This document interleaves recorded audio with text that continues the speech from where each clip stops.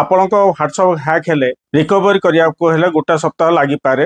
ଏଣୁ ଏହା ଆପଣଙ୍କ ପାଖରେ ନ ଘଟୁ ସେଥିପାଇଁ এই ପଦକ୍ଷେପ ନିଅନ୍ତୁ। ସର୍ବପ୍ରଥମେ ଆପଣ ଆପଣଙ୍କ ହ୍ୱାଟ୍ସଆପ୍କୁ 2 ଷ୍ଟେପ୍ ଭେରିଫିକେସନରେ ଅନ୍ କରି ରଖନ୍ତୁ। ଏଥିପାଇଁ ଆପଣ ଆପଣଙ୍କ ହ୍ୱାଟ୍ସଆପ୍କୁ ଖୋଲନ୍ତୁ। ହ୍ୱାଟ୍ସଆପ୍ରେ ସେଟିଂକୁ ଯାଆନ୍ତୁ। ତାପରେ ଆକାଉଣ୍ଟ ସେଟିଂକୁ ଯାଆନ୍ତୁ। ସେଠାରେ ଆପଣ ଫୋର୍ଥ ଅପସନ୍ ଦେଖିବେ 2 ଷ୍ଟେପ୍ ଭେରିଫିକେସନ୍ ଦେଖିବେ, ତାକୁ କ୍ଲିକ୍ କରନ୍ତୁ। କ୍ଲିକ୍ କଲା ପରେ ସେଠାରେ ଆପଣ 6 ଡିଜିଟ୍ର ପିନ୍ ବନାଇବାକୁ ଆପଣଙ୍କୁ ଅନୁରୋଧ କରାଯିବ।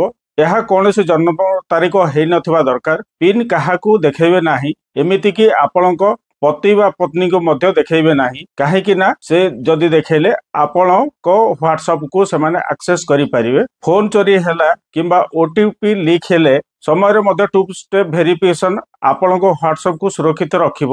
ଏପରି ଏହା ସକ୍ରିୟ କରି ରଖିବ ହ୍ୱାଟ୍ସଆପ୍କୁ, ଆପଣଙ୍କ ପ୍ରାଇଭେସିକୁ ରକ୍ଷା କରିପାରିବେ। ଏହିଭଳି ଷ୍ଟେପ୍କୁ ଆପଣ ଗାଇଡ୍ କଲେ ଆଉ ଆପଣ ଫଲୋ କଲେ ଆପଣଙ୍କ ହ୍ୱାଟ୍ସଆପ୍କୁ ସୁରକ୍ଷିତ ରଖିପାରିବେ। ଯଦି এই ଭିଡ଼ିଓଟା ଆପଣମାନଙ୍କୁ ଇନଫର୍ମେଟିଭ୍ ଲାଗିଛି, ଲାଇକ୍ ସେୟାର ସବସ୍କ୍ରାଇବ୍ କରିଦିଅନ୍ତୁ। ଆପଣମାନଙ୍କ ପ୍ୟାରା ମତାମତ ଦେଇକି ଆମକୁ ଉତ୍ସାହିତ କରନ୍ତୁ। ଜୟ ହିନ୍ଦ, ଜୟ ଭାରତ।